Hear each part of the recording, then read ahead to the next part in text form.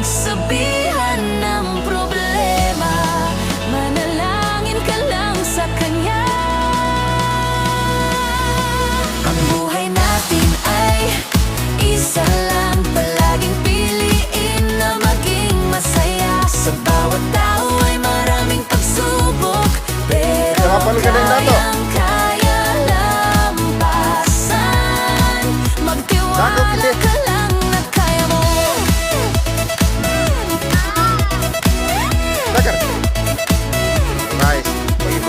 Huwag ka lang susuko, harapin kung ano ang pagsubok. Darating at malalampasan.